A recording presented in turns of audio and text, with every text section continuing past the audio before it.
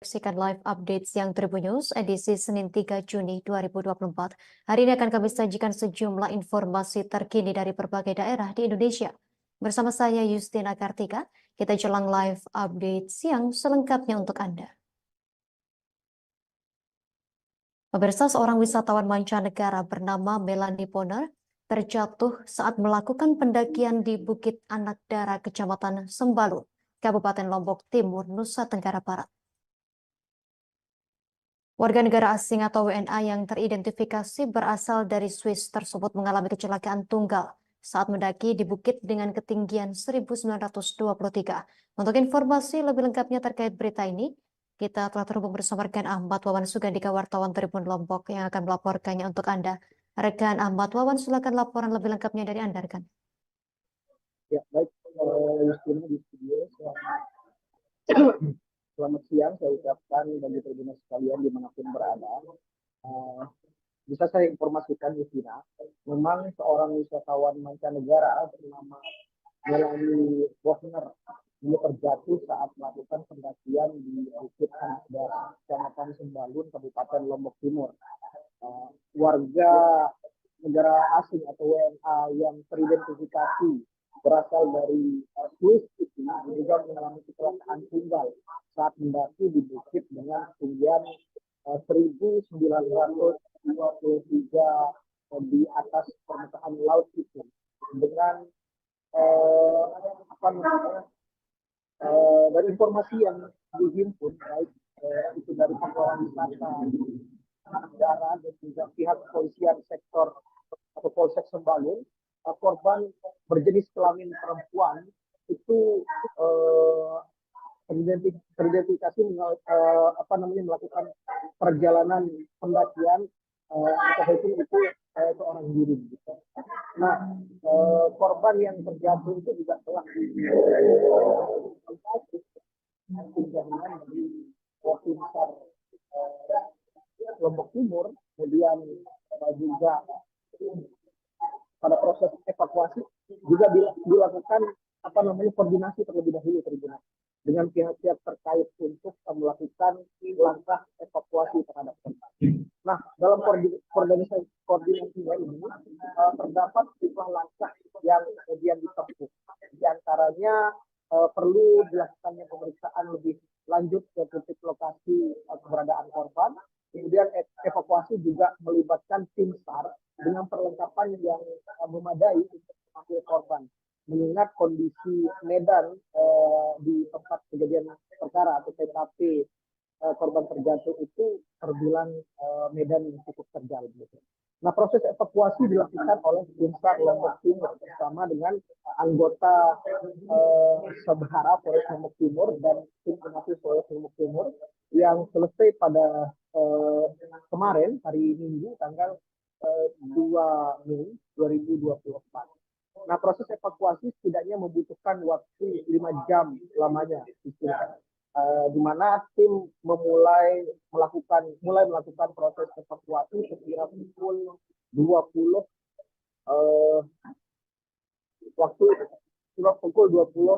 lebih 20 waktu Indonesia bagian tengah begitu. Dengan tim yang terdiri dari tim SAR Lombok Timur, gabungan anggota Polres Lombok Timur dan Polsek Sembalun. Begitupun juga ikut serta dalam proses evakuasi anggota Koramil 16-15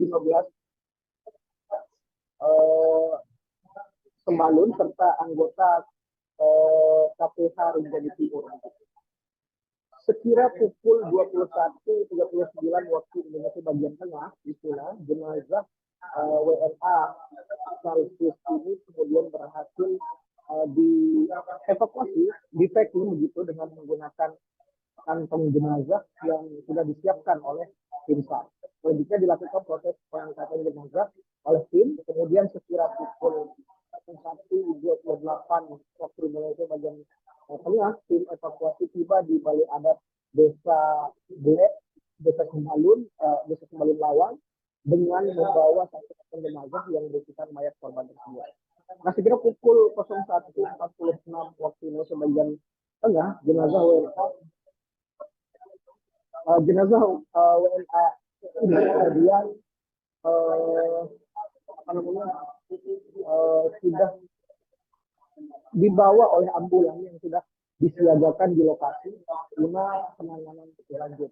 Adapun dari hasil penyelidikan tempat kejadian perkara atau TKP ditemukannya korban ditemukan di bawah jurang yang merupakan kawasan hutan lindung di bawah pengawasan KPH Rinjani Timur. Nah, selain itu, Tribuners, jalur pendakian yang dilalui oleh korban merupakan jalur yang tidak resmi atau tidak direkomendasikan oleh pihak KPH Rinjani Timur untuk dilalui. Mungkin begitu, Tribuners, laporan singkat saya kembalikan ke studio.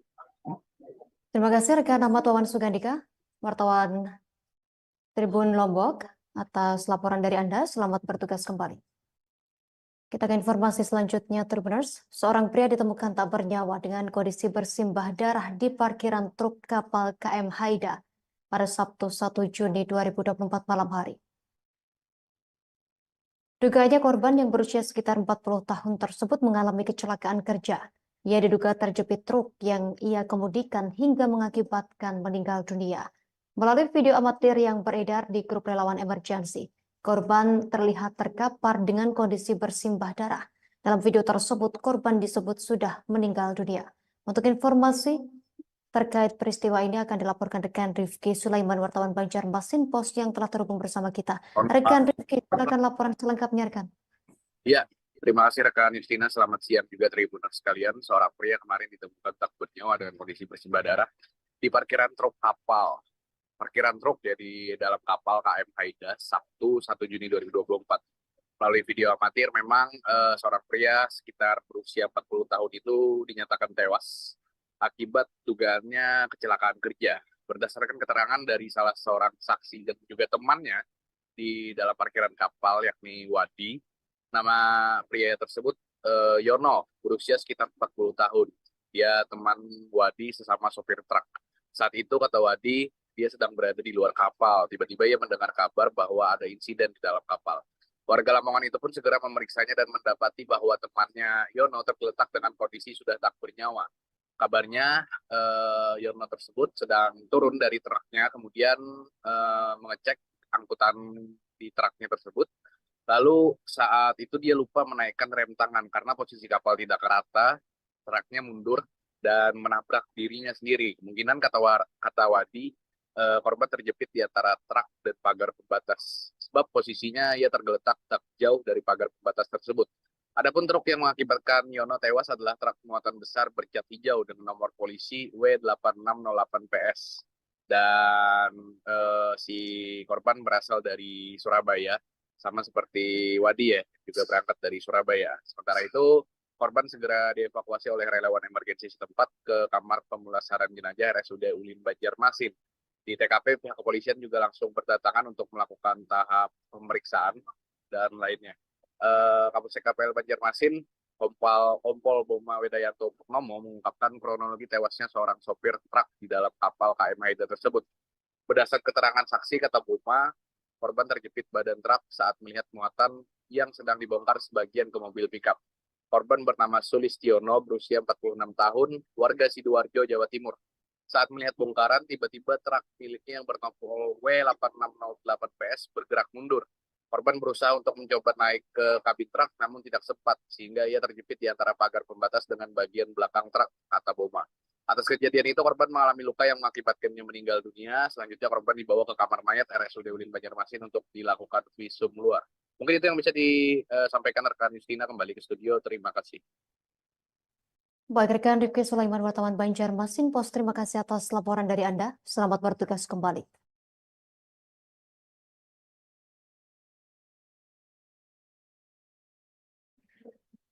Seorang pemuda di Kendari diringkus polisi seusai menjadi target pengejaran oleh unit Intel Polsek Poasia.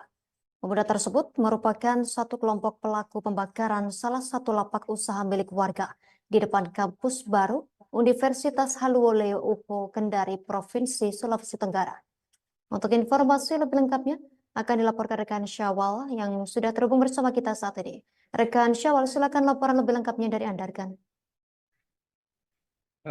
Baik, terima kasih rekan Justina bahwa satu pelaku kelompok pengerusakan berujung pembakaran satu unit lapak yang ada di depan kampus baru Universitas Haluoleo dibakar oleh sekelompok pemuda. Aksi dari pemuda tersebut dilangsungkan pada hari Selasa 21 Mei 2024 lalu malam.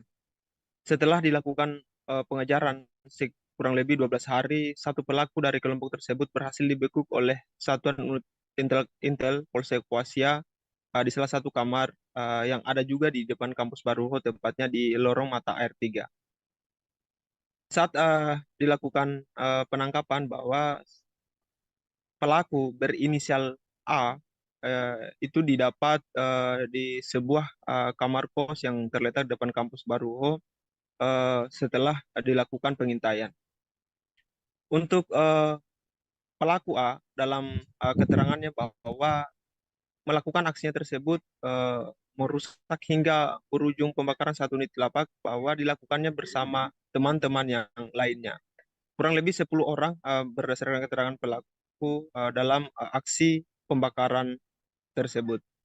Saat ini unit Intel Polsek Poasia yang dipimpin langsung oleh Panit Intel Aibtu Darwis Larema menuturkan bahwa 10 orang pelaku lainnya kini masih dalam pengejaran. Identitas daripada pelaku tersebut sudah diketahui. Sementara pelaku A kini sudah digelandang di Mapolsek Poasia untuk menjalani pemeriksaan lebih lanjut. Informasi selanjutnya bahwa sekelompok pemuda tersebut awalnya hendak untuk mencari seseorang yang berada di lorong Salangga, tempat kejadian atau tempat kejadian perkara mereka melakukan pembakaran satu unit lapak. Namun saat mereka masuk di lorong tersebut tidak menemukan seseorang yang menjadi sasaran mereka, sehingga mereka lampiaskan kemarahan tersebut kepada salah satu unit lapak usaha milik warga yang terletak di pojok jalan lorong Salangga. Saat ini berdasarkan keterangan atau konfirmasi update dari Aibtu Darwis Lamera bahwa satu kelompok teridentifikasi dan akan dilakukan penangkapan pada hari ini. Mungkin itu yang kami bisa sampaikan. Kami kembalikan ke studio. Baik, rekan Syawal, terima kasih atas laporan Anda dari Tribun News Sultra. Selamat bertugas kembali.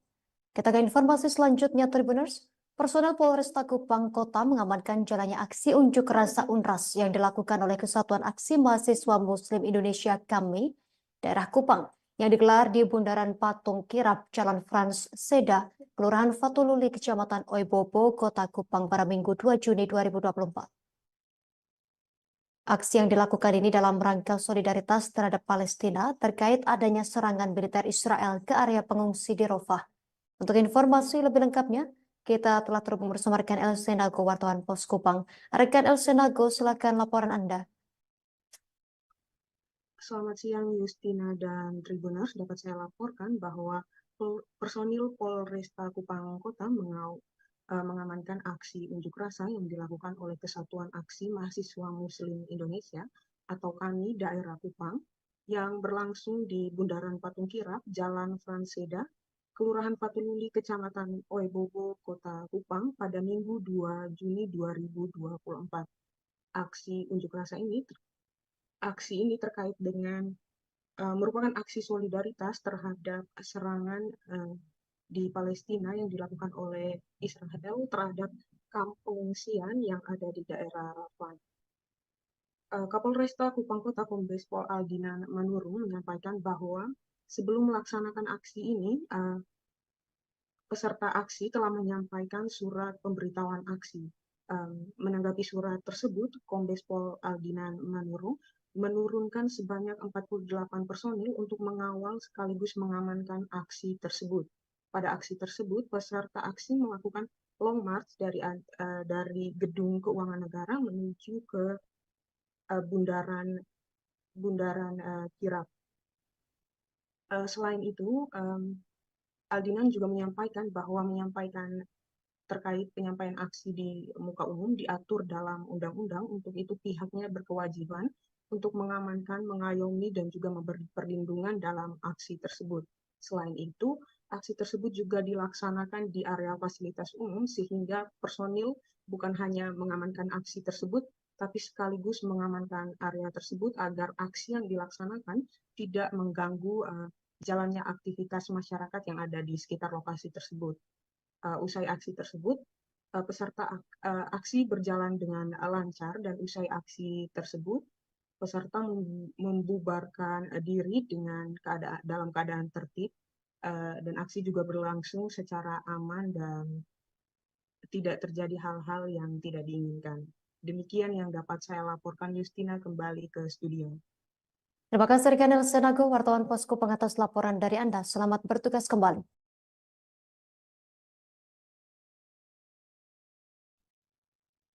Ratusan ambulans di desa di Ponorogo diperiksa. 120 mobil kesehatan tersebut dikumpulkan di halaman kantor Dinas Kesehatan Dinkes Ponorogo. Pantauan di lokasi, ambulans desa datang ke kantor Dinkes Ponorogo secara bergantian.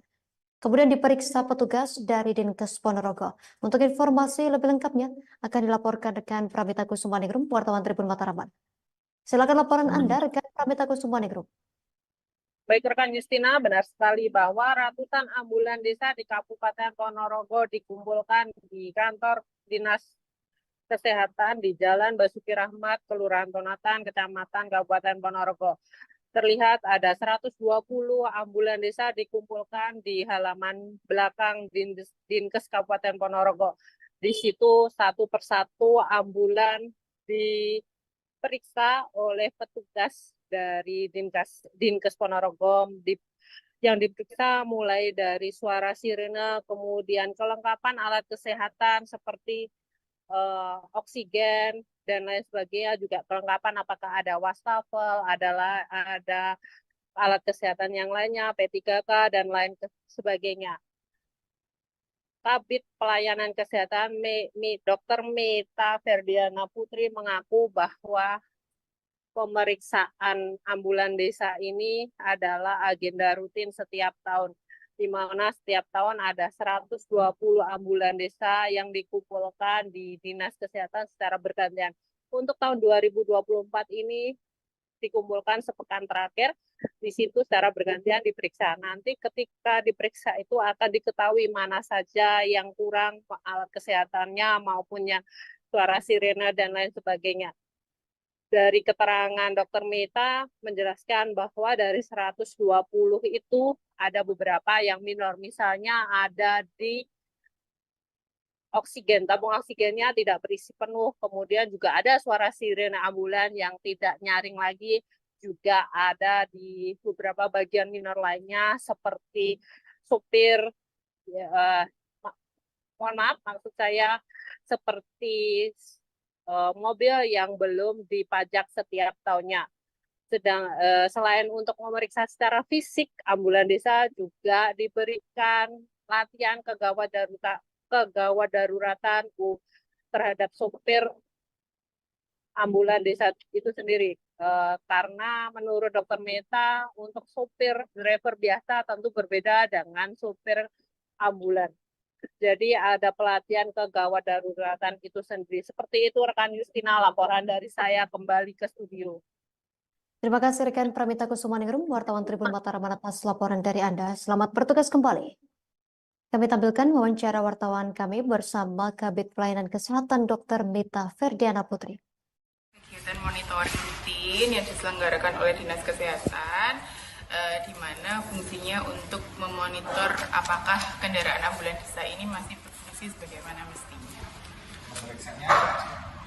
Ada beberapa item yang diperiksa ya, terkait kelengkapan kendaraan itu sendiri, kemudian spesifikasi, karena ini kan kendaraan ini speknya ambulan desa ya, jadi kita memastikan apakah dia masih memenuhi spek ambulan desa dan berfungsi sebagaimana mestinya. Meskipun memang ada kebijakan yang membolehkan kendaraan ambulan desa ini difungsikan untuk kegiatan non gawat darurat, tapi dipastikan untuk tetap bisa difungsikan fungsi gawat darurat. Hasil pemeriksaannya temuan. Temuan. Ini kan kegiatan kita rencanakan 5 hari. Kita dengan jumlah sasaran ada 120 ambulan desa. Kita selenggarakan selama 5 hari. Hari ini hari ketiga. Kalau temuannya kurang lebih ya temuan-temuan minor ya. Jadi ada beberapa aspek yang berubah. Paling dalam hal misal karena di ambulan itu kan harus ada alkesnya. Tapi ada beberapa alat kesehatan yang harusnya diganti, belum diganti. Atau ada yang harusnya terpasang, itu sementara lepas karena sempat difungsikan untuk yang lain. Tapi Pemirsa, Bank BRI KCP Bangil yang ada di kompleks Ruko depan alun-alun Bangil dilalap si Jagung Merah pada Minggu 2 Juli 2024 siang hari. Tak ada korban jiwa dalam insiden terbakarnya kantor bank milik negara tersebut. Api membakar hampir semua ruangan yang ada di kantor itu. Untuk informasi lebih lengkapnya akan dilaporkan rekan Galih Lintar 3, wartawan harian Surya untuk Anda. Rekan Galih, silakan laporan selengkapnya, rekan. Ya, baik, terima kasih, Tina. Jadi memang KCP Bank BRI Bangil yang ada di komplek Ruko Bangil, depan alun-alun Bangil, Kabupaten Pasuruan, terbakar pada Minggu kira pukul 14.00 waktu Indonesia Barat. Tidak ada korban jiwa dalam insiden kebakaran bank milik negara tersebut. Hanya saja memang aktivitas pelayanan itu terganggu karena hampir semua ruangan yang ada di KCP Bank BRI Bangil ini terbakar. Ya. Belum diketahui pasti penyebab terjadinya kebakaran tersebut karena memang sampai hari ini kepolisian masih berupaya melakukan pemeriksaan saksi sehingga belum bisa memastikan apa yang menjadi penyebab kebakaran pada Bank BRI tersebut. Termasuk belum diketahui juga apa saja yang terbakar di dalam gudang itu. Apakah memang ada hal-hal penting yang terbakar atau uang negara yang juga ikut terbakar, belum diketahui pasti. Saat ini polisi masih melakukan pemeriksaan mendalam. Nah, berdasar keterangan dari salah satu security Bank BRI, insiden itu terjadi sekitar pukul 14.00 waktu Indonesia Barat. Api pertama kali muncul di lantai 2, jadi di ruangan marketing dan di ruangan pimpinan. Ya. Jadi di antara ruangan itu api pertama kali terlihat muncul. Nah, saat kejadian security sedang melayani pelanggan ya yang ada di lantai 1 dan terkejut ketika muncul percikan api dari lantai 2. Nah, security sempat melakukan pemadaman dengan alat pemadam kebakaran darurat ya. Hanya saja api cepat membesar dan langsung membakar. Nah, sekitar pukul 14.30 security menghubungi pemadam kebakaran. Tak lama kemudian tim pemadam kebakaran milik Kabupaten Pasuruan langsung tiba di lokasi kejadian. 30 menit berselang api sudah padam, namun api sempat membakar dan menghanguskan seluruh ruangan yang ada di Bank BRI tersebut. Begitu, Stina. Terima kasih rekan Galih Lintar 3, wartawan harian Surya atas laporan dari Anda. Selamat bertugas kembali.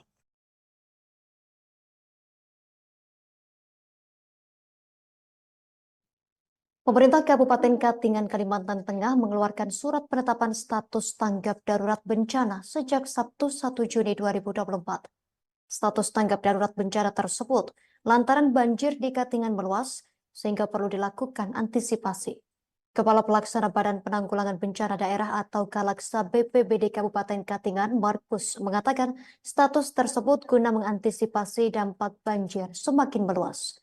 Informasi lebih lengkapnya akan dilaporkan rekan Herman, wartawan Tribun Kalteng untuk Anda. Rekan Herman, silakan laporan selengkapnya. Ya baik, benar sekali Agustina. Selamat siang Tribuners dimanapun Anda berada. Benar sekali bahwa pemerintah Kabupaten Katingan, Kalimantan Tengah telah mengeluarkan surat penetapan status tanggap darurat bencana sejak Sabtu kemarin. Dan status tanggap bencana tersebut lantaran banjir di Katingan meluas sehingga perlu dilakukan antisipasi. Kepala Pelaksana Badan Penanggulangan Bencana atau Kalaksa BPBD Kabupaten Katingan, Markus, mengatakan status tersebut guna mengantisipasi dampak banjir semakin luas. Dininjau juga mengatakan surat ketetapan itu berlaku sejak tanggal ditetapkan hingga 14 hari ke depan. Markus menerangkan untuk status tanggap darurat tersebut dapat diperpanjang sesuai dengan situasi dan kondisi di lapangan. Dirinya juga menghimbau untuk masyarakat Katingan agar beraktivitas di luar ruangan agar selalu berhati-hati dan waspada terhadap kondisi banjir tersebut.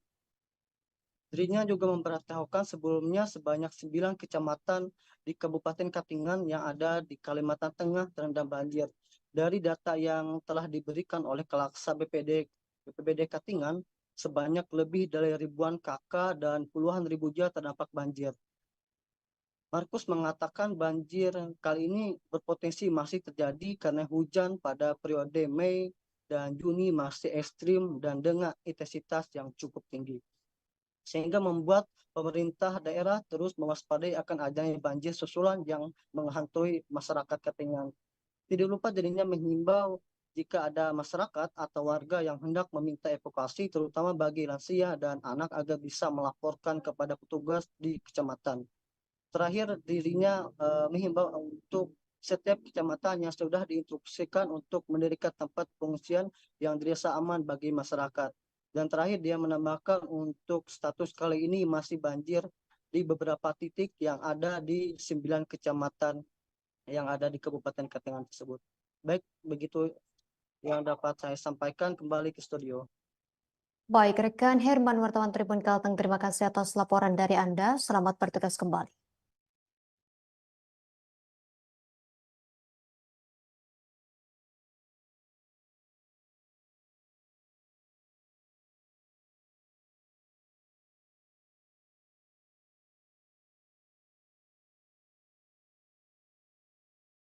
Siang Komandan, hari ini hari Minggu tanggal 2 Juni tahun 2024 izin melaporkan situasi debit air di wilayah hukum Polsek Katingan Hulu dan Bukit Raya, khususnya di Desa Tumbang Kajame, Kecamatan Bukit Raya, mengalami kenaikan kurang lebih 6 meter dari permukaan tanah atau setinggi dada orang dewasa.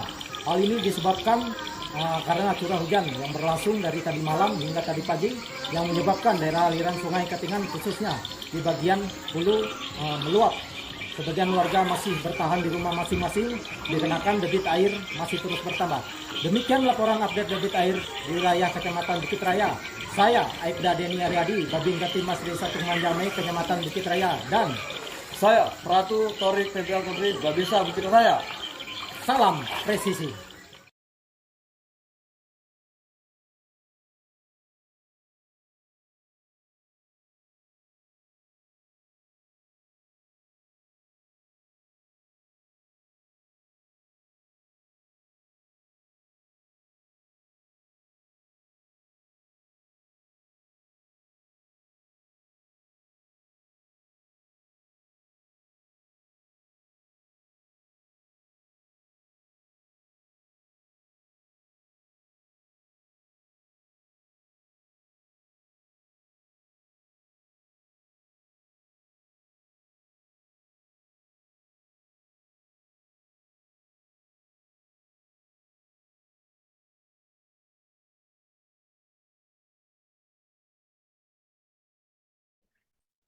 Menteri Pertanian Republik Indonesia Andi Amran Sulaiman bertindak sebagai Inspektur Upacara Hari Lahir Pancasila di lahan sawah Kampung Sumber Harapan Distrik Tanah Miring, Kabupaten Merauke, Provinsi Papua Selatan.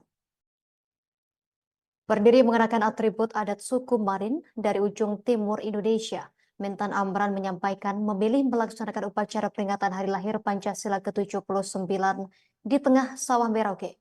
Hal itu merupakan bukti keseriusan pemerintah serta momentum terbaik untuk membangun pertanian di Merauke. Untuk informasi lebih lengkapnya, kita telah terhubung bersama rekan Yulianus Wariat, wartawan Tribun Papua yang akan melaporkannya untuk Anda. Rekan Yulianus, silakan laporan selengkapnya dari Anda, rekan. Baik, terima kasih rekan Justina.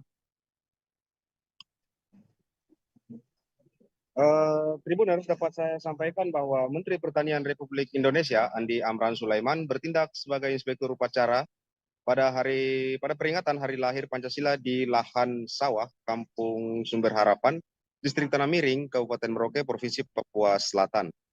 Berdiri mengenakan atribut adat suku Marin dari ujung timur Indonesia, Mentan Amran menyampaikan memilih melaksanakan upacara peringatan Hari Lahir Pancasila ke-79 di Tengah Sawah Merauke. Hal itu merupakan bukti keseriusan pemerintah serta momentum terbaik untuk membangun pertanian di Merauke.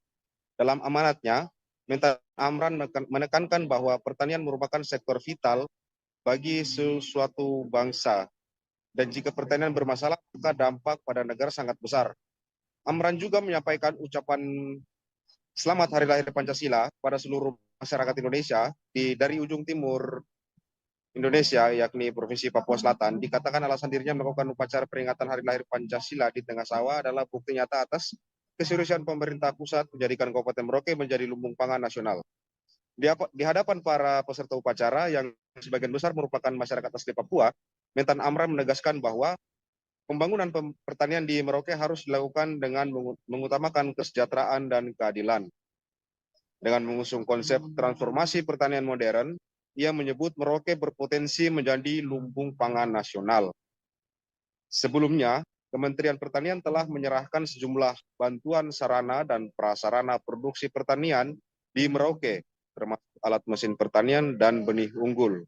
Dan kali ini Mentan Amran kembali menekankan bahwa bantuan tersebut ditujukan sepenuhnya untuk mendukung produksi padi petani Merauke dengan target perluasan lahan pertanian dari 40.000 hektar menjadi 1 juta hektar.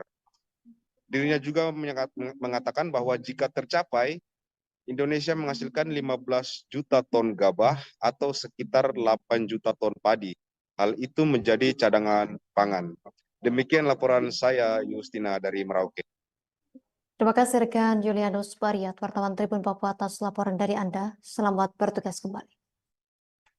Informasi selanjutnya pemirsa, latihan integrasi Taruna Wreda Nusantara Latsitar Danus di Kabupaten Penajam Pasir Utara PPU telah berakhir. Hal tersebut ditandai dengan peresmian Tugu Latsitar Danus dan kirap drum band oleh seluruh peserta yang ditempatkan di PPU. Selengkapnya akan dilaporkan rekan Dita Rahayu, wartawan Tribun Kaltim untuk Anda. Rekan Dita Rahayu, silakan laporan Anda. Ya, baik, Istina dan Tribuners, dapat kami laporkan dari Kabupaten Penajam Pasar Utara bahwa latihan integrasi Taruna Wreda Nusantara atau Latsitar Danus 2024 yang dipusatkan di Kabupaten Penajam Pasar Utara telah resmi berakhir. Penjabat Bupati Penajam Pasar Utara mengatakan bahwa selama sebulan para peserta yang berada di Benua Taka ini memberikan kesan mendalam bagi masyarakat. Nah, dapat kami informasikan juga bahwa selesainya kegiatan Latsitar Danus di Kabupaten PPU ditandai dengan peresmian Tugu Latsitar Danus serta kirap drum band oleh para peserta yang ditempatkan di Kabupaten Penajam Pasar Utara. Dengan selesainya kegiatan ini, masyarakat merasa ada yang cukup berbeda karena bagaimanapun selama 1 bulan para peserta ini memberikan kesan mendalam bagi mereka. Bahkan penjabat Bupati Penajam Pasar Utara Mahbub Mabun juga mengatakan bahwa selama 1 bulan mereka memberikan kesan mendalam dan ada yang sampai meminta agar kegiatan tersebut diperpanjang paling tidak selama 2 minggu ke depan. Yustina dan Tribuners, para peserta Latsitar Danus ini melakukan kirap drum band sepanjangan Gerbang Madani hingga arah kantor Bupati Penajam Pasar Utara.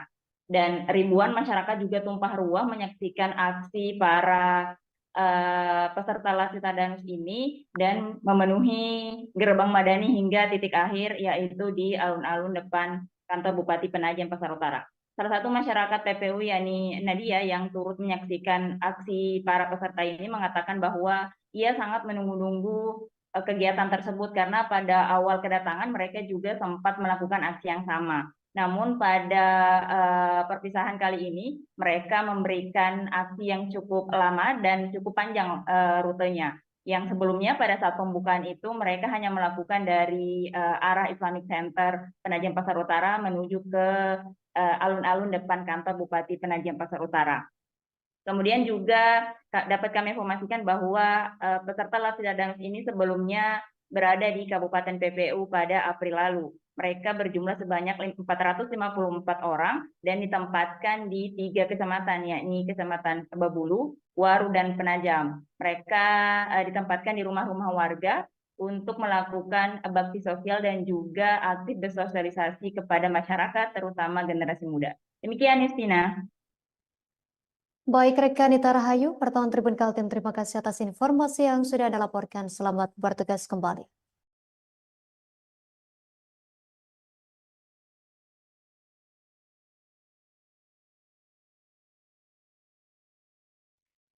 Pemilik toko spare part sepeda motor dan mobil di Kelurahan Mangge, Kecamatan Barat, Kabupaten Magetan, Edi Budiono yang berusia 63 tahun, menderita kerugian ratusan juta rupiah. Penyebabnya lantaran tempat usaha miliknya di Amuk Si Jago Merah pada Minggu dini hari, tanggal 2 Juni 2024, saat kebakaran terjadi beberapa kali ledakan sehingga mengakibatkan masyarakat setempat panik. Untuk informasi lebih lengkapnya terkait peristiwa ini akan dilaporkan rekan Febrianto Ramadhani, wartawan Tribun Jatim untuk Anda. Rekan Febrianto, silakan laporan lebih lengkapnya, rekan.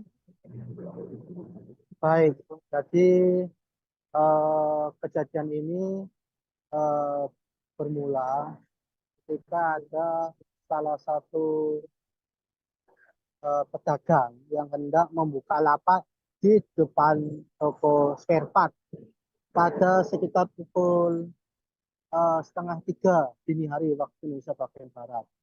Pedagang itu melihat ada kobaran api yang mulai menghanguskan di lantai 2.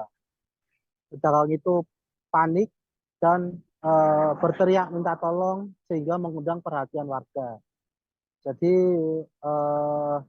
kebakaran sempat menimbulkan terjadi beberapa ledakan ya. Warga pun sempat histeris gitu ya.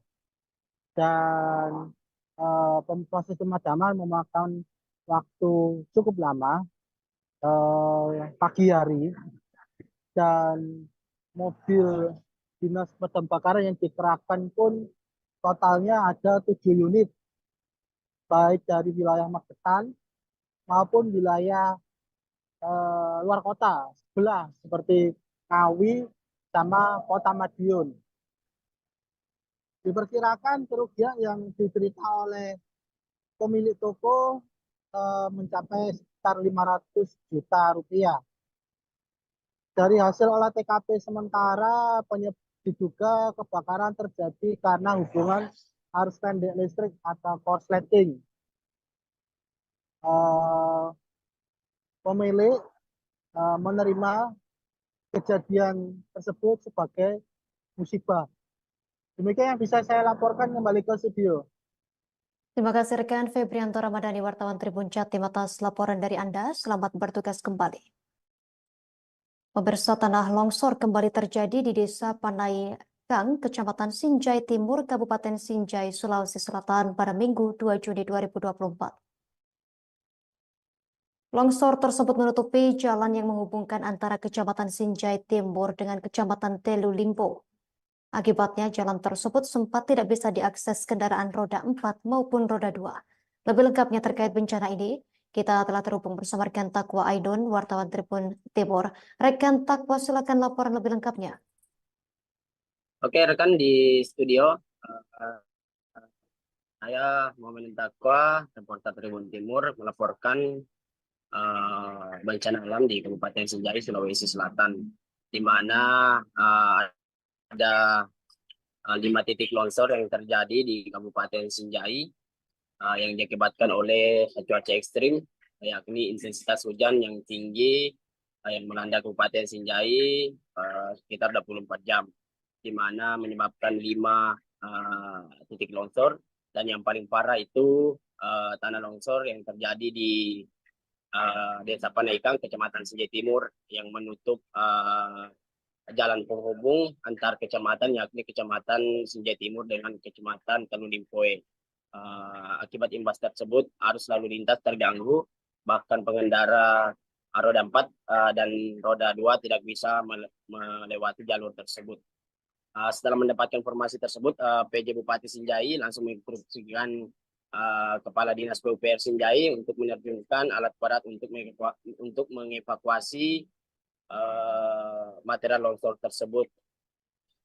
Selain tanah longsor di Kecamatan Sinjai Timur, Desa Panaikang, tanah longsor terjadi juga di desa Patongko, Kecamatan Tulilimpoe, yang menimpa satu rumah warga, sementara titik longsor lainnya terjadi di Kecamatan Bulupodo, Kecamatan Senjitenga, dan Kecamatan Sinjai Borong. Sementara tersebut PJ Bupati Sinjai menginstruksikan atau menghimbau kepada warga untuk mengantisipasi dampak buruk dari cuaca ekstrim. Selain tanah longsor, banjir imbas hujan deras juga merendam puluhan hektar areal persawahan di Desa Patongko, Kecamatan Tulilimpoe. Dan untuk sekedar diketahui, saat ini cuaca masih mendung dan tadi pagi terjadi hujan dengan intensitas yang cukup tinggi. Mungkin itu yang saya bisa laporkan. Saya meminta Aqua melaporkan di Kabupaten Sinjai. Sekian dan terima kasih. Terima kasih rekan Takwa Ainun, wartawan Tribun Timur atas laporan dari Anda. Selamat bertugas kembali. Kami tampilkan wawancara langsung wartawan kami bersama analis kebencanaan BPBD Sinjai, Andi Oktav. Ya, kita langsung melakukan pembersihan. Ini alhamdulillah sudah ada Pak Kapolsek, Kepala Desa, perangkat kecamatan yang telah hadir di sini. Ini kita langsung tunggu alat ekskavator yang lagi dalam perjalanan untuk kita lakukan pembersihan dan pemotongan pohon-pohon yang tumbang. Jadi peristiwa ini kapan terjadi, Pak? Pagi PJ? tadi. Pagi tadi. Ya sekitar jam 6 ya. 30. Jam 6.30, jam setengah 7. Dan ini ya kayak gini. Karena curah hujan terlalu tinggi, jadi ada air masuk ke sini. Karena saluran di gunung itu belum. Jadi kalau datang ekskavator 2 unit, nanti kita akan bersihkan seperti ini nih. Ini bakal longsor lagi. Dan kita bisa antisipasi, insya Allah nanti akan dipinapkan ekskavator di sini. Oh, jadi berapa akan diturunkan ekskavator ini, 2 Pak? Jadi ekskavator dan 1 yang bakal tetap tinggal di sini untuk mengantisipasi terjadinya longsor lagi. Dari Pembangunan seutuhnya itu yang diwujudkan oleh Lamongan, tidak hanya fisik tetapi juga membentuk spiritual masyarakat yang beriman kuat sebagai pendukung semua program Pemkab Lamongan. Pembangunan spiritual menjadi bagian untuk meningkatkan indeks kesalehan sosial serta indeks pembangunan manusia IPM di Lamongan. Salah satu langkah strategis yang diupayakan Pemkab Lamongan adalah dengan menggelar majelis zikir dan haul akbar dalam rangka memperingati Hari Jadi Lamongan HJL ke-455 bersama Majelis Zikir Al-Khidmah di alun-alun Lamongan pada Minggu 2 Juni 2024. Lebih lengkapnya, kita telah terhubung bersama rekan Hanif Mansyuri, wartawan Tribun Jatim Timur. Rekan Hanif, silakan laporan lebih lengkapnya, rekan. Baik, Tribunus Lautan Manusia pada hari Minggu memang cukup memadati alun Lamongan.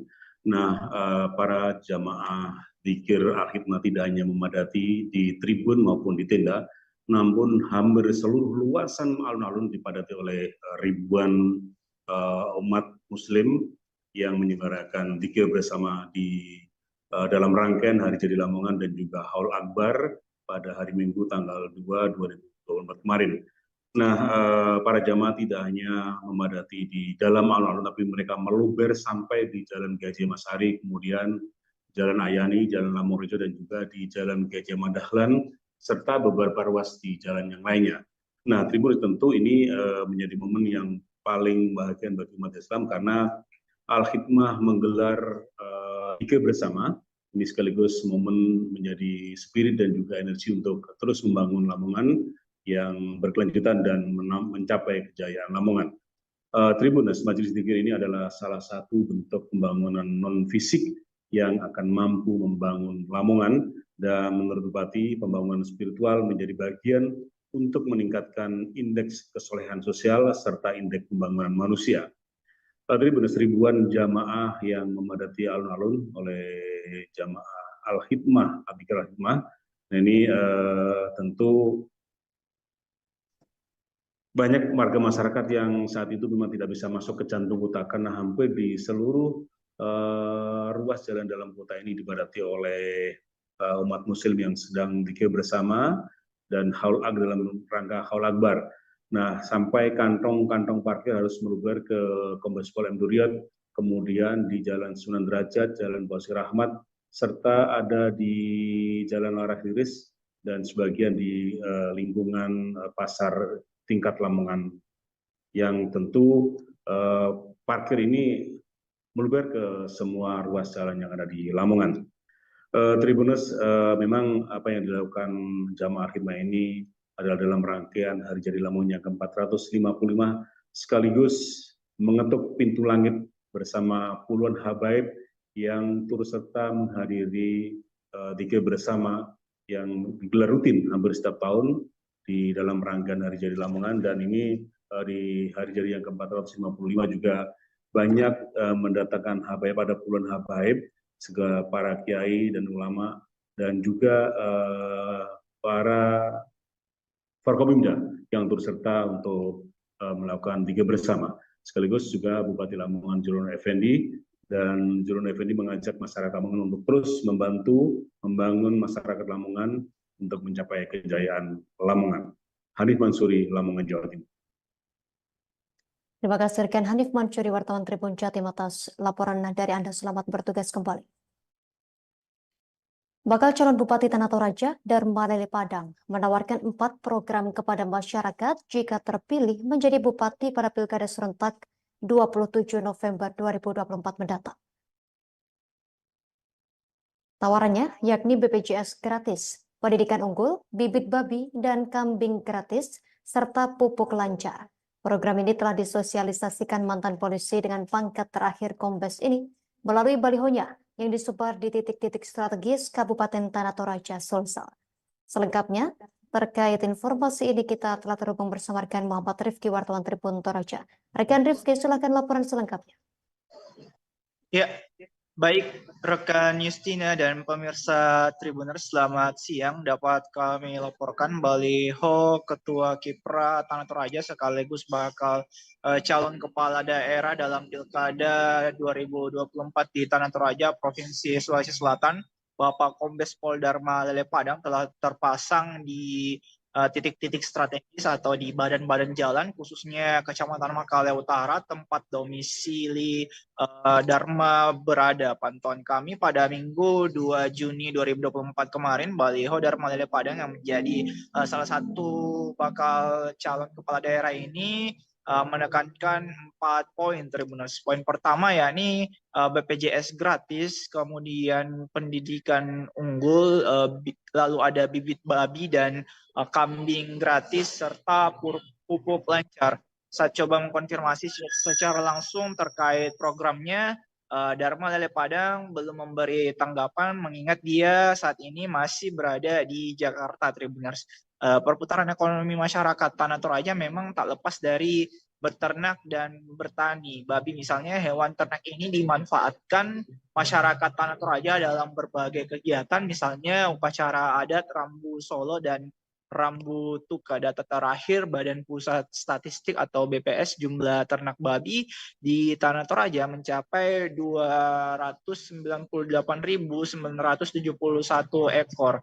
Hal itu kemudian membuat Dharma menyosialisasikan salah satunya programnya yakni memberikan bibit ternak babi gratis serta kambing kepada masyarakat untuk menggait pemilih. Diketahui Dharma Lele Padang telah mendaftarkan dirinya sebagai balon pilkada di total 5 partai, yakni PDI Perjuangan, Demokrat, Nasdem, Gelora, dan Perindo, Tribuners. Diberitakan sebelumnya juga Partai Nasdem resmi mengusung duet Nikodemus Biringkanae, Dharma Lele Padang sebagai bakal calon Bupati Tanah Toraja dan calon Wakil Bupati Tanah Toraja pada Pilkada serentak yang akan datang ini. Hal itu dibahas dalam pertemuan Nikodemus Biringkanae dan Ketua Nasdem Sulsel, Rusdi Mase di Makassar pada Rabu 29 Mei yang lalu. Saat dikonfirmasi, Nikodemus Biringkanae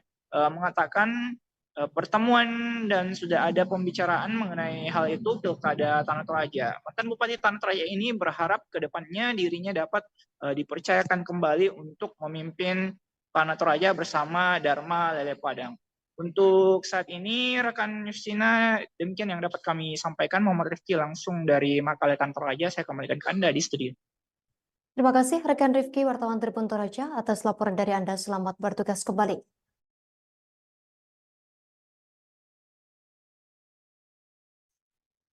Kloter 30 calon jamaah haji CJH asal Maluku mulai diberangkatkan menuju Arab Saudi pada Minggu 2 Juni 2024. Para jamaah diantar dari asrama haji Waiheru, kota Ambon ke Bandara Udara Patimura untuk memulai perjalanan ibadah hajinya. Selengkapnya terkait informasi ini akan dilaporkan rekan Maula Peru, wartawan Tribun Ambon. Rekan Maula, silakan laporan Anda, rekan. Baik, terima kasih rekan Yusnita. Ya, dilaporkan pada kloter 30 calon jamaah haji asal Maluku mulai diberangkatkan menuju Arab Saudi pada Minggu 2 Juni 2024 lalu. Mereka diantarkan dari asrama haji Waiheru, kota Ambon ke Bandara Udara Patimura untuk memulai perjalanan ibadah hajinya. Diketahui kloter 30 sebanyak 450 orang yang berasal dari berbagai daerah. Di antaranya Maluku Tengah, Pulau Buru, Maluku Tenggara, Seram bagian timur, dan Kepulauan Tanimbar. Ketua PPIH-EHA Provinsi Maluku, Dejumadin Wali, menjelaskan bahwa kloter 30 dibagi menjadi 3 kelompok dan masing-masing 150 orang. Sebelumnya, diberangkatkan ke Arab Saudi, mereka melakukan embarkasi di Makassar. Setelah dilakukan embarkasi di Makassar, besok Senin hari ini pagi tadi direncanakan berangkat langsung ke Arab Saudi. Diberitakan sebelumnya bahwa total jamaah haji keseluruhan asal Maluku sebanyak 1.068 orang yang berasal dari 11 kabupaten atau kota di Maluku, di mana terdapat 3 kloter, yakni kloter 27, kloter 30, dan kloter 32. Demikian laporan saya. Terima kasih rekan Yusnita. Kembali ke studio. Baik, rekan Maula Pelu, wartawan Tribun Ambon, terima kasih atas laporan dari Anda. Selamat bertugas kembali. Kami tampilkan wawancara langsung wartawan kami bersama Ketua PPIH-EHA Provinsi Maluku, Jumadi Wali. Pak, ini dari tadi untuk keberangkatan hari ini dari mana-mana saja, Pak? Untuk keberangkatan hari ini adalah pergeseran kloter 30 yang berasal dari Maluku Tengah, Pulau Buru, Maluku Tenggara, Seram bagian timur, dan Kepulauan Tanimbar. Total keseluruhan ada 450 jemaah termasuk petugas, baik petugas kloter maupun petugas haji daerah. Untuk hari ini ada berapa keberangkatan, Pak? Baik, untuk kloter 30 hari ini digeser ke bandara sesuai dengan flight pertama, kemudian flight kedua, dan flight ketiga. Flight pertama 150 orang, flight kedua 150 orang, dan flight ketiga 150 orang. Kita total keseluruhan 450 jemaah. Ini langsung ke Bandara Patimura. Pemirsa, dalam rangka memperingati Hari Lahir Pancasila yang jatuh tiap tanggal 1 Juni, Himpunan Mahasiswa Jurusan Bimbingan dan Konseling Islam HMJ BKI UIN Dato Karama Palu menggelar aksi bertajuk Panggung Ekspresi. Untuk informasi lebih lengkapnya akan dilaporkan rekan Fadli, wartawan Tribun Palu, yang telah terhubung bersama kita. Rekan Fadli, silakan laporan lebih lengkapnya, rekan.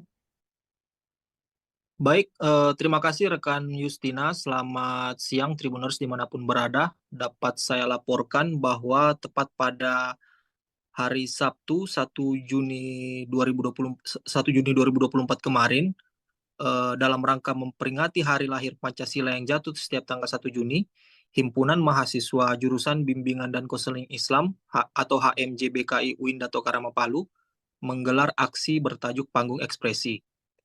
Kegiatan itu berlangsung di Bundaran Taman Nasional, Jalan Cempaka, Kelurahan Lulu Utara, Kecamatan Palu Selatan, Kota Palu, Sulawesi Tengah. Dengan tema menjaga dan mengamalkan nilai-nilai Pancasila sebagai dasar negara Indonesia, aksi itu dilaksanakan sebagai upaya memaknai Hari Lahir Pancasila itu sendiri. Kegiatan tersebut diisi dengan berbagai pertunjukan yang dibawakan langsung oleh para anggota HMJ BKI Universitas Islam Negeri Dato Karama Palu. pantauan kami di lapangan, kegiatan itu diawali dengan pembacaan orasi politik yang bernada protes terhadap kebijakan hari ini yang tidak sejalan dengan nilai Pancasila. Selain itu ada pertunjukan puisi yang dilanjutkan dengan pidato dan pembacaan teks Pancasila secara serentak Tribuners. Sementara itu, Ketua HMJBKI UIN atau Karama Palu Muhammad Rizky menjelaskan bahwa kegiatan ekspresi itu digelar dalam rangka memperingati Hari Pancasila dan sebagai upaya menjaga nilainya di masyarakat.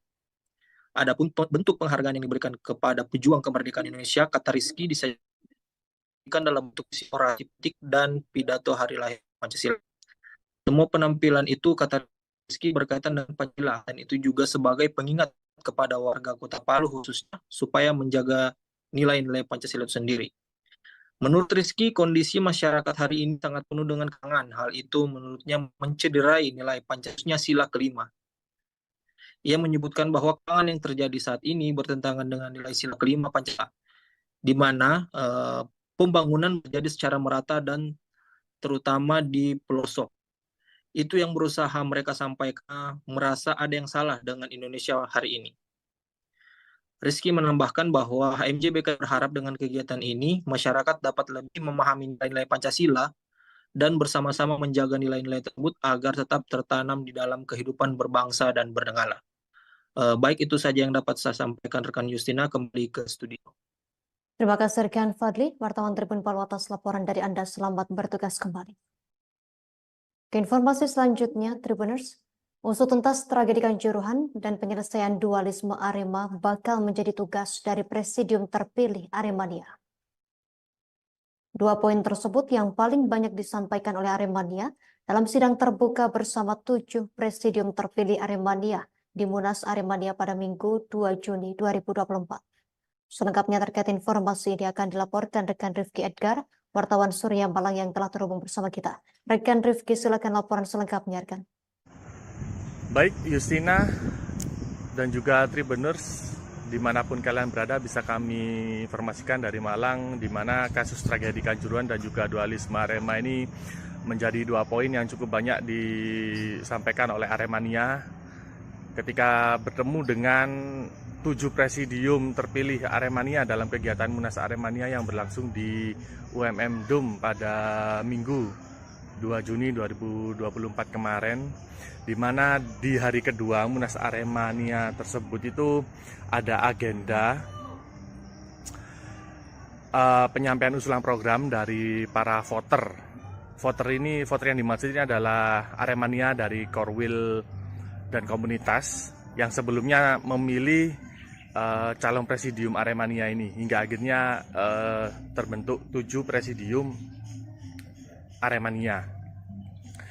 Dan mereka kebanyakan Aremania memang menginginkan usut tuntas tragedi Kanjuruhan dan juga soal dualisme Arema yang telah terjadi sejak lama.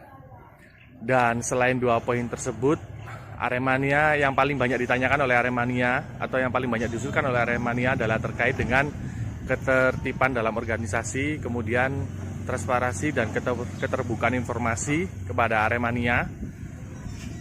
Lalu ada soal fasilitas tiket kepada Aremania, terutama Aremania yang ada di luar Malang, dan juga bagaimana membangun jejaring dengan supporter lain. Dan pada intinya memang Munas Aremania sendiri itu adalah ingin membuat organisasi di Aremania, dan selain itu Aremania juga ingin mengembalikan lagi marwah Aremania yang dulu, karena memang dulunya Aremania dikenal sebagai supporter yang santun, yang cukup fanatik dalam mendukung timnya dan memiliki attitude, dan hal-hal tersebut yang ingin dikembalikan lagi oleh Aremania hingga akhirnya mereka membentuk organisasi Aremania tersebut. Dan kami juga sempat ngobrol dengan Ketua Koordinator Presidium Aremania, yaitu Ali Rifki. Dia mengatakan kalau usulan dari para Aremania ini nantinya akan dibahas lagi oleh para Presidium Aremania terpilih. Dan namun hal pertama yang akan dia lakukan adalah membentuk organisasi Aremania tersebut, lalu membuat struktur organisasi dan juga program kerja apa yang akan dilakukan selama 2 tahun sejak Presidium Aremania ini terpilih, yakni mulai tahun ini 2024 sampai 2026. Dan Ali Rifki juga menyampaikan bahwasanya apa yang disampaikan oleh Aremania itu juga sudah ada dalam visi misi para presidium terpilih itu, dan tinggal nantinya akan ditindaklanjuti dan juga akan duduk bersama dengan presidium terpilih dan juga dengan Aremania. Mungkin seperti itu yang bisa kami sampaikan dari Malang. Kembali ke studio. Terima kasih rekan Rifki Edgar, wartawan Surya Malang atas laporan dari Anda. Selamat bertugas kembali.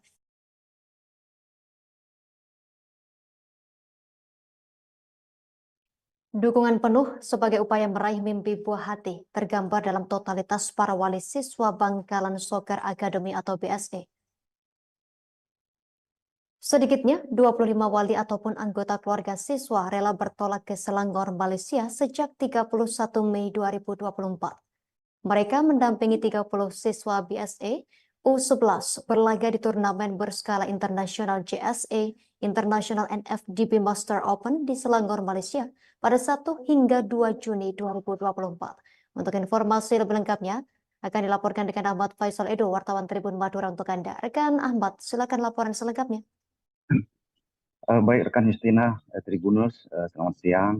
Membangun sikap sportivitas dan memberikan waktu bertanding sebanyak-banyaknya menjadi filosofi pembinaan sepak bola usia dini, sebagaimana yang diterapkan manajemen Bangkalan Soccer Academy atau BSA yang baru saja mengikuti turnamen berskala internasional bertajuk GSA International NFDB Master Open Malaysia selama 2 hari sejak 1 hingga 2 Juni 2024 kemarin. Bertanding di kompleks GSA Arena, jalan persiaran murni Setia Alam, Selangor, Malaysia.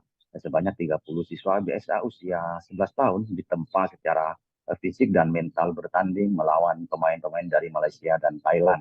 Meski beberapa postur tubuh lawan terlihat lebih tinggi, namun secara kolektivitas permainan siswa BSA mampu mengimbang, bahkan jual beli serangan kerap tersaji.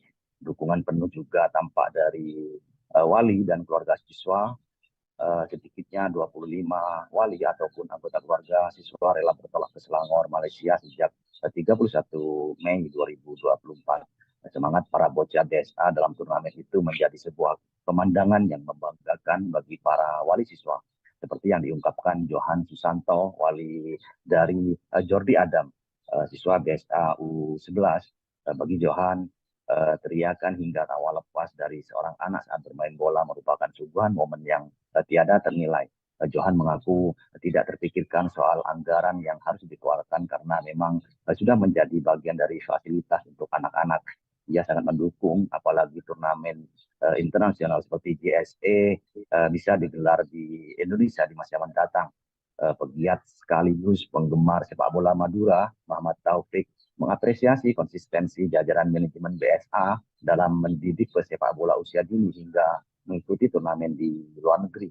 Menurut Taufik, beberapa akademi sepak bola tanah air tercatat pernah mengikuti turnamen di luar negeri, tetapi BSA menjadi satu-satunya akademi sepak bola yang pertama dari Madura bertanding ke luar negeri.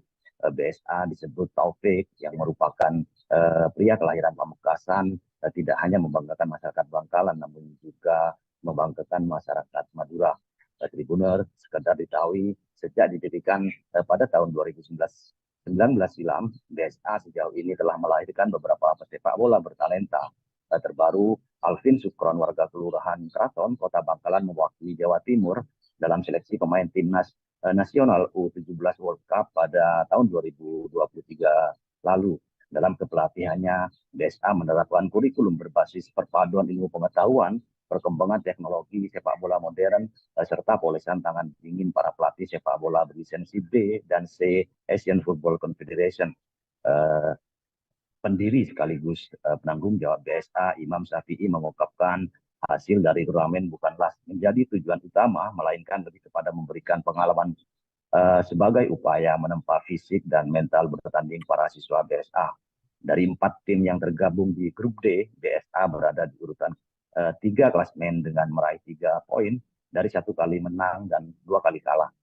Tribuner, sisi lain dari turnamen itu, BSA menjadi inisiator terbentuknya Asian Football Community, sebuah komunitas beranggotakan para pegiat sepak bola di kawasan Asia Tenggara yang nantinya bisa saling bertukar informasi berkaitan dengan perkembangan sepak bola usia dini di masing-masing negara. Demikian rekan Justina, kembali ke studio. Baik, rekan Ahmad Faisal, Edo, wartawan Tribun Madura, terima kasih atas laporan dari Anda. Selamat bertugas kembali. Pemirsa, berikut kami tampilkan wawancara langsung yang dihimpun wartawan kami untuk Anda. Ini sebenarnya luar biasa ya, BSA bisa mengikuti turnamen di luar negeri. Ini memang bukan yang pertama dari SSB ASEAN Indonesia yang mengikuti turnamen di luar negeri, memang bukan yang pertama. Tapi menjadi yang pertama dari Madura. Nah itu maksud saya bahwa BSA tidak hanya membanggakan bagi masyarakat Bangkalan, tapi juga membanggakan masyarakat Madura. Itu yang pertama. Yang kedua, bahwa ada konsistensi dari Mas Imam selaku pengelola BSA, Bangkalan Soccer Academy, konsistensi untuk mendidik pesepak bola usia dini. Itu yang saya salut, saya kagumi. Semoga Mas Imam beserta staf, pelatih, dan manajerial di BSA konsisten untuk itu melahirkan pesepak bola usia dini dari yang asli Madura. Alhamdulillah kita bisa ikut meramaikan jasa internasional ini, dan ini merupakan suatu kehormatan. Apapun hasilnya yang dicapai anak-anak merupakan pengalaman yang sangat berharga. Bagi pemain maupun bagi bonus. Bagi pemain tentu event ini akan memberikan pengalaman bertanding yang sangat luar biasa, bisa bertanding dengan pemain-pemain dari kawasan Asia Tenggara. Dan bagi manajemen kita bisa juga bagaimana mengelola sebuah akademi atau mengelola tim. Harapan kami tahun berikutnya kita akan ikut di event yang lain, karena ini akan kita jadikan sebuah agenda rutin bagi manajemen kami. Kami sangat senang anak-anak bisa bermain di JSA ini, apalagi anak-anak kita. Semuanya, terutama anak saya pribadi, saya sangat mendukung. Saya tanpa memikirkan dana apapun, karena dana itu sudah fasilitas semua anak-anak. Dan semoga harapan kami, Bangkalan Soccer dan IESA ini lebih maju dan jadi kebanggaan masyarakat Indonesia, bisa jadi anak-anak bisa ke timnas. Itulah harapan kami, makanya kami sangat mendukung acara event-event internasional ini. Kalau ada event lagi seperti ini, kira-kira Bapak berminat? Oh, insya Allah, apalagi diadakan di Indonesia, kami sangat mendukung. Dan beralih ke Kalimantan Utara, Tribuners, Ketua Tim Penjaringan bakal calon kepala daerah Dewan Perwakilan Daerah DPD Partai Demokrat, Safril Husni, menyebut hanya 2 kandidat bacalon yang menerima surat tugas dari Dewan Pimpinan Pusat DPP. Ia menjelaskan bahwa surat tugas tersebut diberikan sebagai tanda atau restu dari DPP Demokrat kepada bacalon untuk segera membangun dan mencari partai koalisi serta pasangannya. Informasi lebih lengkapnya akan dilaporkan rekan Desi Kartika Ayu untuk Anda. Rekan Desi, silakan laporan selengkapnya, rekan.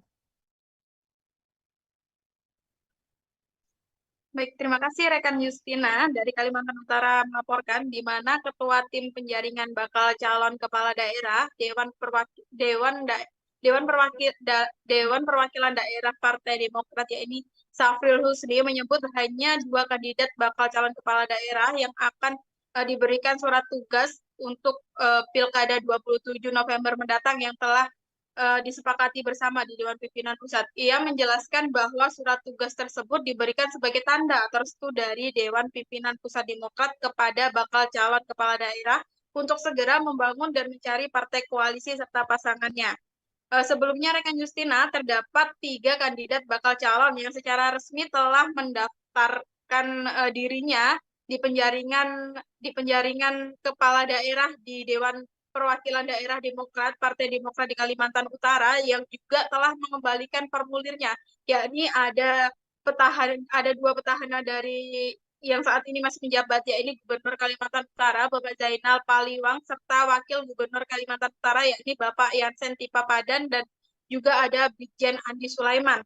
Namun dari 3 bakal calon tersebut, rekan Justina, hanya 2 kandidat yang menerima surat tugas dari DPP Demokrat, yakni sang petahana yang saat ini masih menjabat sebagai Wakil Gubernur Kalimantan Utara, yang juga menjabat sebagai Ketua DPD Demokrat Kalimantan Utara, yakni Bapak Yansen Tipapadan dan juga Bapak Brigjen Andi Sulaiman.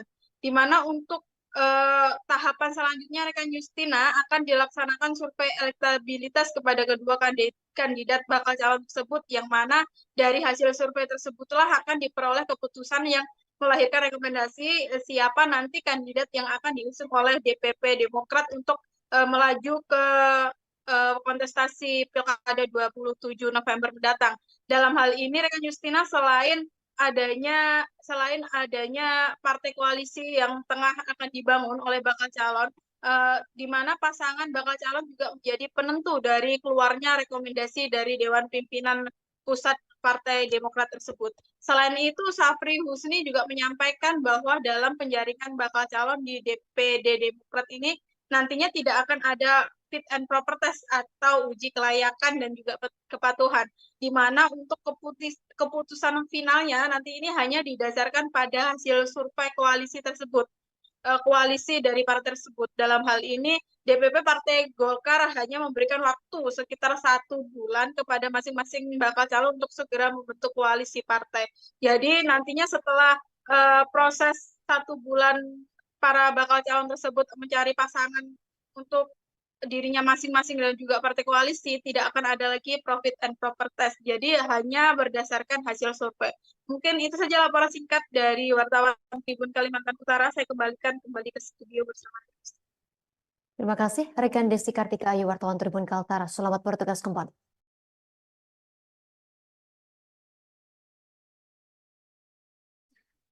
Pemirsa, adik kandung Prabowo Subianto, Hashim Joyo Hadikusumo, merayakan hadiri perayaan ucapan syukur terpilihnya Prabowo sebagai Presiden Republik Indonesia.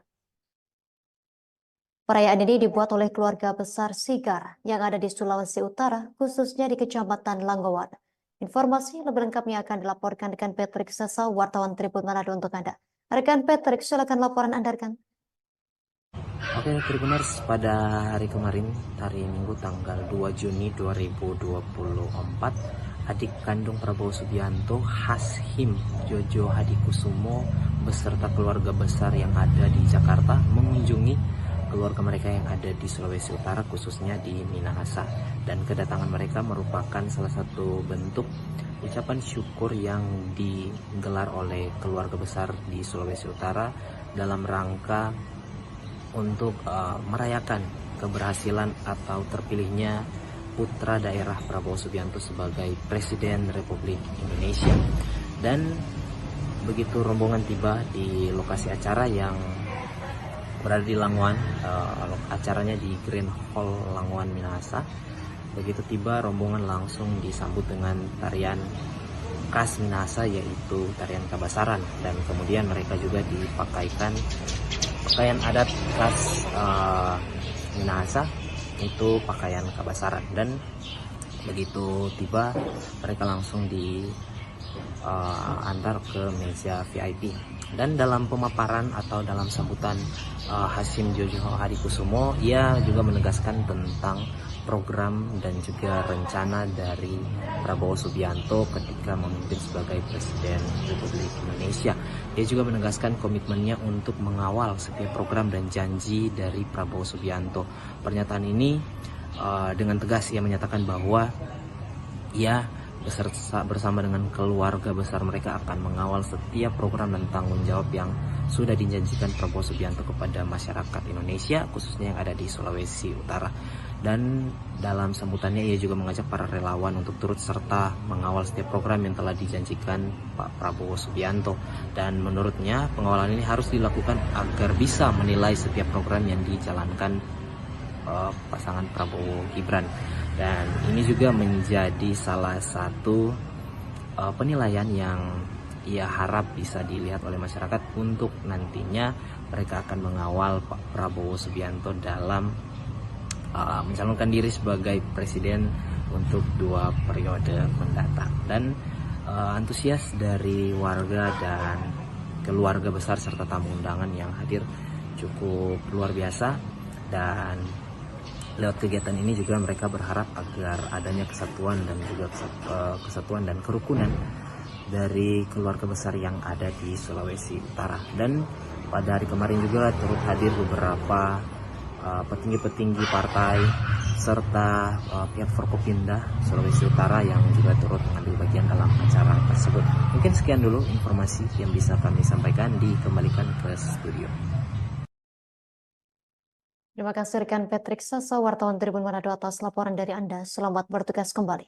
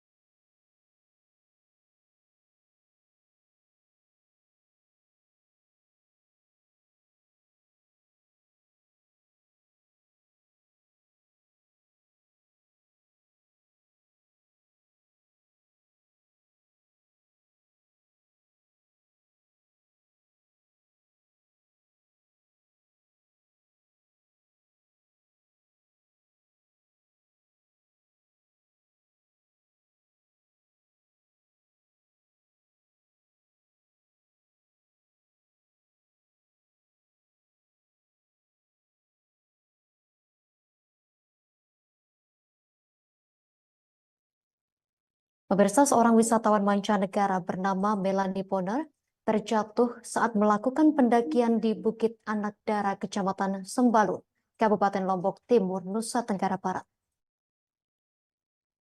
Warga negara asing atau WNA yang teridentifikasi berasal dari Swiss tersebut mengalami kecelakaan tunggal saat mendaki di bukit dengan ketinggian 1923. Untuk informasi lebih lengkapnya terkait berita ini, kita telah terhubung bersama rekan Ahmad Wawan Sugandika, wartawan Tribun Lombok, yang akan melaporkannya untuk Anda. Rekan Ahmad Wawan, silakan laporan lebih lengkapnya dari Anda, rekan. Ya, baik, Justina di studio. Selamat siang, saya ucapkan bagi tribuners sekalian dimanapun berada. Bisa saya informasikan, Justina, memang seorang wisatawan mancanegara bernama Melanie Poner dia terjatuh saat melakukan pendakian di Bukit Anak Dara, Kecamatan Sembalun, Kabupaten Lombok Timur. Warga negara asing atau WNA yang teridentifikasi berasal dari Swiss itu juga mengalami kecelakaan tunggal saat mendaki di bukit dengan ketinggian 1923 di atas permukaan laut itu, dengan dari informasi yang dihimpun, baik itu dari pengelola wisata Anak Dara dan juga pihak kepolisian sektor atau Polsek Sembalun, korban berjenis kelamin perempuan itu teridentifikasi melakukan perjalanan pendakian atau hiking itu seorang diri. Nah, korban yang terjatuh itu juga telah pinjaman dari Polsek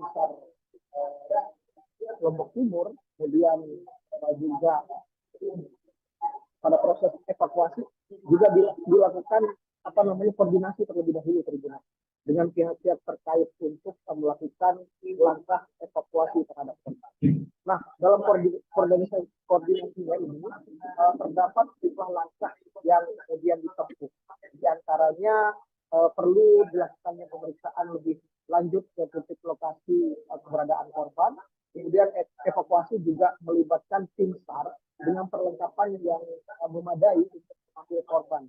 Mengingat kondisi medan di tempat kejadian perkara atau TKP korban terjatuh itu terbilang medan yang cukup terjal gitu. Nah, proses evakuasi dilakukan oleh tim SAR Lombok Timur bersama dengan anggota Sabhara Polres Lombok Timur dan tim Inavis Polres Lombok Timur yang selesai pada kemarin hari Minggu tanggal 2 Mei 2024. Nah, proses evakuasi setidaknya membutuhkan waktu 5 jam lamanya, di mana tim mulai melakukan proses evakuasi sekira pukul 20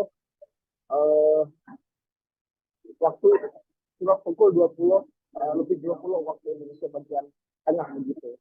Dengan tim yang terdiri dari tim SAR Lombok Timur, gabungan anggota Polres Lombok Timur dan Polsek Sembalun. Begitupun juga ikut serta dalam proses evakuasi anggota Koramil 16-15 Sembalun serta anggota KPH Rinjani Timur. Sekira pukul 21.39 waktu Indonesia bagian tengah, itulah jenazah WNA asal Swiss ini kemudian berhasil dievakuasi, di-packing begitu dengan menggunakan kantong jenazah yang sudah disiapkan oleh tim SAR. Selanjutnya dilakukan proses pengangkatan jenazah oleh tim, kemudian sekira pukul 1.28 waktu Indonesia bagian tengah, tim evakuasi tiba di Balai Adat Desa Blek, Desa Sembalun Lawang, dengan membawa satu jenazah yang berisikan mayat korban tersebut. Nah, sekira pukul 01.46 waktu Indonesia bagian tengah, jenazah WNA ini kemudian sudah dibawa oleh ambulan yang sudah disiagakan di lokasi guna penanganan lebih lanjut.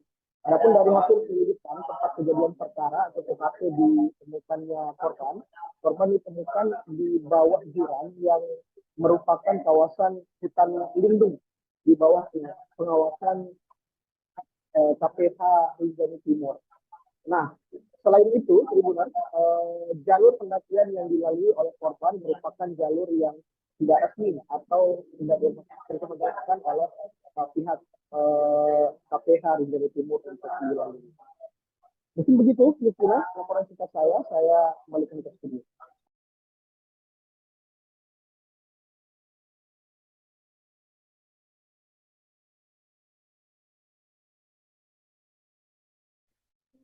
Pemirsa, suasana haru menyelimuti prosesi adat Mopoto Lungo atau Modepito yang mengantar Wali Kota Gorontalo 2 periode Marten Taha meninggalkan rumah dinas ke kediaman pribadinya pada Minggu 2 Juni 2024. Acara adat ini menandai berakhirnya masa jabatan Marten Taha sebagai Wali Kota Gorontalo dimulai pukul 3 sore waktu Indonesia Tengah.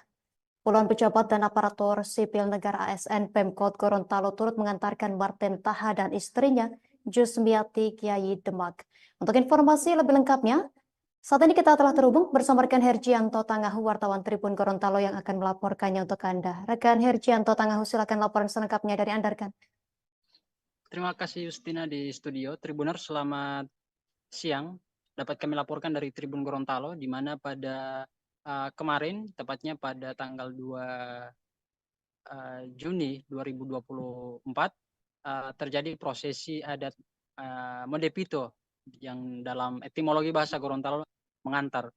Namun secara keseluruhan, acara tersebut merupakan rangkaian dari prosesi di mana Marten Taha selaku Wali Kota Gorontalo diantarkan meninggalkan rumah dinas yang berada di Jalan Panjaitan Kota Gorontalo ke rumahnya yang ada di Kelurahan Huangobotu Kota Gorontalo.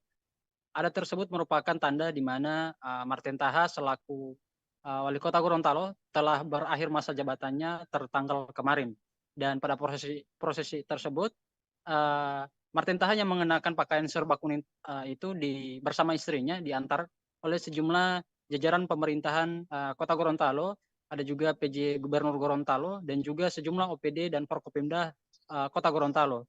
Dan pada proses tersebut, Marten diantarkan keluar beberapa ratus meter dari rumah dinas ke bagian Simpang 4 Jalan Panjaitan, kompleks kantor BNI Kota Gorontalo, di mana pada prosesi pengantarannya juga itu melibatkan sejumlah tokoh-tokoh adat dan tokoh masyarakat, dan juga diiringi dengan semacam tarian langga seperti itu. Dan pantauan Tribun Gorontalo.com pada saat kemarin juga Martin Taha terjadi momen haru pada saat pelaksanaan upacara, di mana salah satu pemimpin upacara sempat menitikan air mata. Sontak insiden tersebut membuat para ASN lainnya juga turut menitikan air mata juga. Mohon maaf, Martin terasa sangat berat hati meninggalkan rumah dinas yang menjadi tempatnya mengabdi selama 10 tahun menjabat sebagai Wali Kota Gorontalo. Dan pada saat itu pula Martin ditemani juga oleh Wakil Wali Kota Gorontalo Rian F. Kono bersama istri. Dan setibanya di rumah pribadinya di Kelurahan Huangobotu, Martin disambut oleh ratusan siswa-siswi SD maupun SMP yang ada di Kecamatan Dumingi, Kota Gorontalo, dan sejumlah masyarakat, bahkan terpantau ratusan masyarakat dari Jalan Parma, kemudian Jalan Rambutan, kemudian masuk ke Jalan Apel itu berbaris di sepanjang bahu jalan, baik kiri maupun kanan jalan, itu menyambut atau menyoraki ucapan terima kasih kepada Martin Taha selaku Wali Kota Gorontalo yang telah berhasil menata Kota Gorontalo pada 10 tahun terakhir, seperti itu. Prosesi terakhir juga diakhiri di rumah kediamannya di Kelurahan Huangobotu dengan rangkaian prosesi makan-makan dan juga seremonial yang dalam hal ini juga dihadiri oleh PJ Gubernur Gorontalo. Seperti itu. Demikian yang bisa kami laporkan, Tribuners. Kami kembalikan ke studio Justina. Terima kasih atas laporan dari Anda rekan Herjanto Tanggahu, wartawan Tribun Gorontalo. Selamat bertugas kembali. Tribun Lombok, atas laporan dari Anda, selamat bertugas kembali. Kita ke informasi selanjutnya, Tribuners. Seorang pria ditemukan tak bernyawa dengan kondisi bersimbah darah di parkiran truk kapal KM Haida pada Sabtu 1 Juni 2024 malam hari. Dugaannya korban yang berusia sekitar 40 tahun tersebut mengalami kecelakaan kerja. Ia diduga terjepit truk yang ia kemudikan hingga mengakibatkan meninggal dunia. Melalui video amatir yang beredar di grup relawan emergensi, korban terlihat terkapar dengan kondisi bersimbah darah. Dalam video tersebut, korban disebut sudah meninggal dunia. Untuk informasi terkait peristiwa ini akan dilaporkan rekan Rifki Sulaiman, wartawan Banjarmasin Post yang telah terhubung bersama kita. Rekan Rifki, silakan laporan selengkapnya, rekan. Ya, terima kasih rekan Justina. Selamat siang juga Tribuners sekalian. Seorang pria kemarin ditemukan tak bernyawa dengan kondisi bersimbah darah di parkiran truk kapal.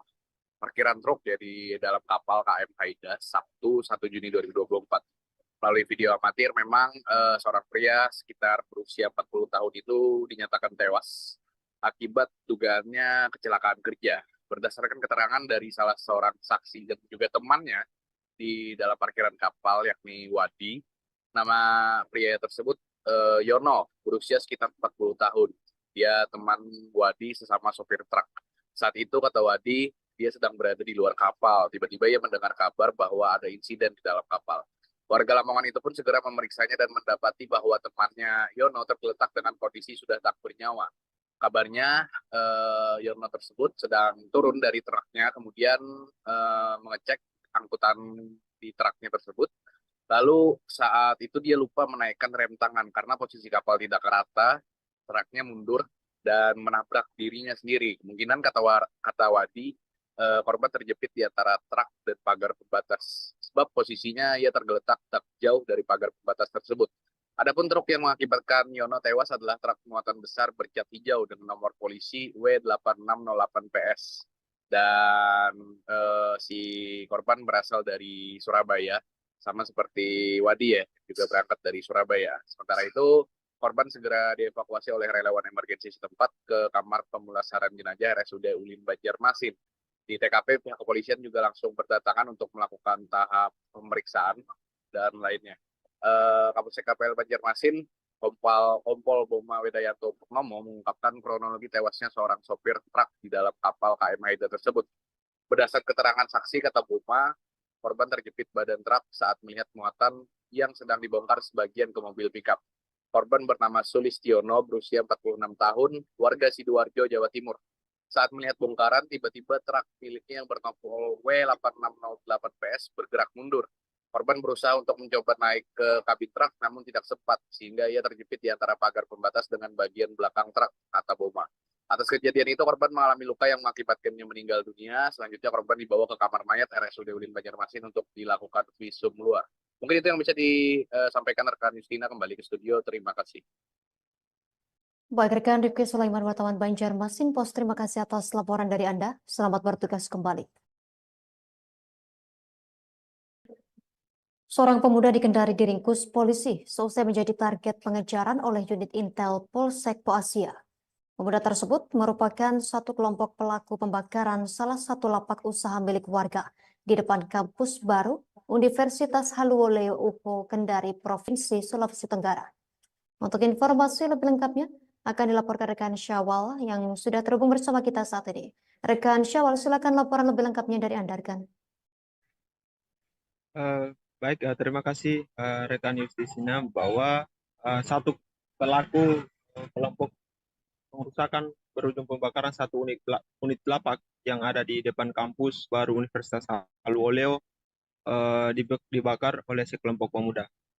Aksi dari pemuda tersebut dilangsungkan pada hari Selasa 21 Mei 2024 lalu malam.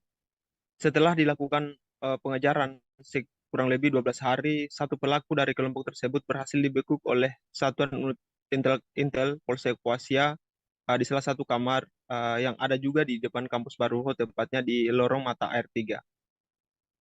Saat dilakukan penangkapan bahwa pelaku berinisial A itu didapat di sebuah kamar kos yang terletak di depan kampus baru setelah dilakukan pengintaian. Untuk pelaku A dalam keterangannya bahwa melakukan aksinya tersebut merusak hingga berujung pembakaran satu unit lapak bahwa dilakukannya bersama teman-teman yang lainnya. Kurang lebih 10 orang berdasarkan keterangan pelaku dalam aksi pembakaran tersebut. Saat ini unit Intel Polsek Poasia yang dipimpin langsung oleh Panit Intel Aibtu Darwis Larema menuturkan bahwa 10 orang pelaku lainnya kini masih dalam pengejaran. Identitas daripada pelaku tersebut sudah diketahui. Sementara pelaku A kini sudah digelandang di Mapolsek Poasia untuk menjalani pemeriksaan lebih lanjut. Informasi selanjutnya bahwa sekelompok pemuda tersebut awalnya hendak untuk mencari seseorang yang berada di lorong Salangga tempat kejadian atau tempat kejadian perkara mereka melakukan pembakaran satu unit lapak. Namun saat mereka masuk di lorong tersebut tidak menemukan seseorang yang menjadi sasaran mereka, sehingga mereka lampiaskan kemarahan tersebut kepada salah satu unit lapak usaha milik warga yang terletak di pojok jalan lorong Salangga. Saat ini berdasarkan keterangan atau konfirmasi update dari Aibtu Darwis Lamera bahwa satu kelompok teridentifikasi dan akan dilakukan penangkapan pada hari ini. Mungkin itu yang kami bisa sampaikan. Kami kembalikan ke studio. Baik, rekan Syawal, terima kasih atas laporan Anda dari Tribunnews Ultra. Selamat bertugas kembali. Kita ke informasi selanjutnya, Tribuners. Personel Polresta Kupang Kota mengamankan jalannya aksi unjuk rasa UNRAS yang dilakukan oleh Kesatuan Aksi Mahasiswa Muslim Indonesia KAMI, daerah Kupang, yang digelar di Bundaran Patung Kirap, Jalan Frans Seda, Kelurahan Fatululi, Kecamatan Oibobo, Kota Kupang pada Minggu 2 Juni 2024. Aksi yang dilakukan ini dalam rangka solidaritas terhadap Palestina terkait adanya serangan militer Israel ke area pengungsi di Rafah. Untuk informasi lebih lengkapnya, kita telah terhubung bersama rekan El Senago, wartawan Pos Kupang. Rekan El Senago, silakan laporan Anda. Selamat siang Justina dan Tribuners, dapat saya laporkan bahwa personil Polresta Kupang Kota mengamankan aksi unjuk rasa yang dilakukan oleh Kesatuan Aksi Mahasiswa Muslim Indonesia atau KAMI daerah Kupang yang berlangsung di Bundaran Patung Kirap, Jalan Franseda, Kelurahan Patululi, Kecamatan Oebobo, Kota Kupang pada Minggu 2 Juni 2024. Aksi ini terkait dengan merupakan aksi solidaritas terhadap serangan di Palestina yang dilakukan oleh Israel terhadap kamp pengungsian yang ada di daerah Rafah. Kapolresta Kupang Kota Kombes Pol Aldinan Manurung menyampaikan bahwa sebelum melaksanakan aksi ini, peserta aksi telah menyampaikan surat pemberitahuan aksi. Menanggapi surat tersebut, Kombes Pol Aldinan Manurung menurunkan sebanyak 48 personil untuk mengawal sekaligus mengamankan aksi tersebut. Pada aksi tersebut, peserta aksi melakukan long march dari Gedung Keuangan Negara menuju ke Bundaran Kirap. Selain itu, Aldinan juga menyampaikan bahwa terkait penyampaian aksi di muka umum diatur dalam undang-undang, untuk itu pihaknya berkewajiban untuk mengamankan, mengayomi, dan juga memberi perlindungan dalam aksi tersebut. Selain itu, aksi tersebut juga dilaksanakan di area fasilitas umum sehingga personil bukan hanya mengamankan aksi tersebut, tapi sekaligus mengamankan area tersebut agar aksi yang dilaksanakan tidak mengganggu jalannya aktivitas masyarakat yang ada di sekitar lokasi tersebut. Usai aksi tersebut, peserta aksi berjalan dengan lancar, dan usai aksi tersebut, peserta membubarkan diri dalam keadaan tertib, dan aksi juga berlangsung secara aman dan tidak terjadi hal-hal yang tidak diinginkan. Demikian yang dapat saya laporkan. Justina kembali ke studio. Terima kasih rekan Senago, wartawan Posko pengatas laporan dari Anda. Selamat bertugas kembali. Ratusan ambulans di desa di Ponorogo diperiksa. 120 mobil kesehatan tersebut dikumpulkan di halaman kantor Dinas Kesehatan Dinkes Ponorogo. Pantauan di lokasi, ambulans desa datang ke kantor Dinkes Ponorogo secara bergantian. Kemudian diperiksa petugas dari Dinkes Ponorogo. Untuk informasi lebih lengkapnya akan dilaporkan rekan Pramita Kusumaningrum, wartawan Tribun Mataraman. Silakan laporan Anda, rekan Pramita Kusumaningrum. Baik rekan Justina, benar sekali bahwa ratusan ambulan desa di Kabupaten Ponorogo dikumpulkan di kantor Dinas Kesehatan di Jalan Basuki Rahmat, Kelurahan Tonatan, Kecamatan Kabupaten Ponorogo. Terlihat ada 120 ambulan desa dikumpulkan di halaman belakang Dinkes Kabupaten Ponorogo. Di situ satu persatu ambulan diperiksa oleh petugas dari Dinkes Ponorogo yang diperiksa